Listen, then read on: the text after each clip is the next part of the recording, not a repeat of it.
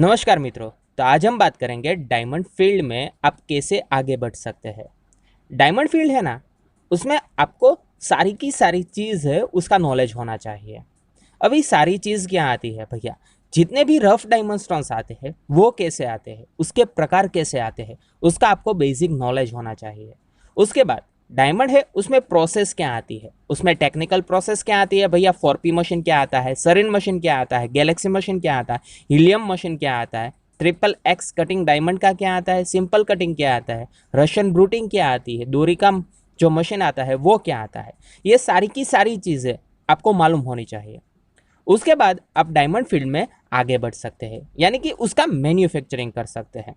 अभी से भैया रफ डायमंड के बारे में नॉलेज है, उसका मैन्युफैक्चरिंग के बारे में नॉलेज है, लेकिन सेलिंग के बारे में भी आपको उतना मालूम होना चाहिए कि डायमंड है उसमें काफ़ी सारी डिफरेंट टाइप्स की क्लैरिटी आती है, कलर आता है, तो कलर क्लैरिटी का आपको नॉलेज होना चाहिए। अगर आपके पास कलर क्लैरिटी प्लस साइज और उसका कटिंग का नॉलेज है तो आप डायमंड का एक स्पेसिफाई नंबर बना सकते हैं और उस नंबर को आप लोकल मार्केट में as well as international market में भी सेलिंग कर सकते हैं।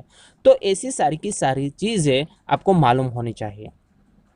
सबसे पहले डायमंड है वो कोई भी आप परचेस करते हैं तो आपको मालूम ये होना चाहिए उसका असॉर्टमेंट कैसे होता है। जो नॉन टेक्निकल प्रोसेस आती है वैसी उसका असॉर्टमेंट हो गया। उसके बाद उसमें जो मार्किंग है, उसमें ऑपरेशन झपके की प्रोसेस है वो कैसे आती है, वो सारी की सारी चीज़ आपको मालूम होनी चाहिए। उसके बाद डायमंड है उसके भीतर भैया इम्प्योरिटीज़ क्या आती है, तो इम्प्योरिटीज़ के बारे में भी आपको उतना नॉलेज होना चाहिए।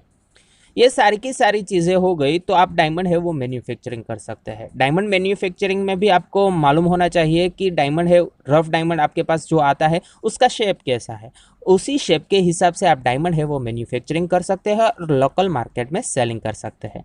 अभी डायमंड है वो आप मैन्युफैक्चरिंग तो कहीं से भी करवा लोगे, लेकिन उसका आपको सेलिंग लाइन है वो भी क्रिस्टल क्लियर होना चाहिए।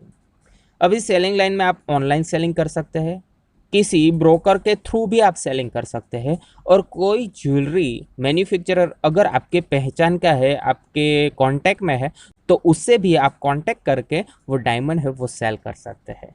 तो बेसिक काफ़ी सारे डिफरेंट टाइप्स की प्रोसेस रहती है डायमंड सेलिंग में।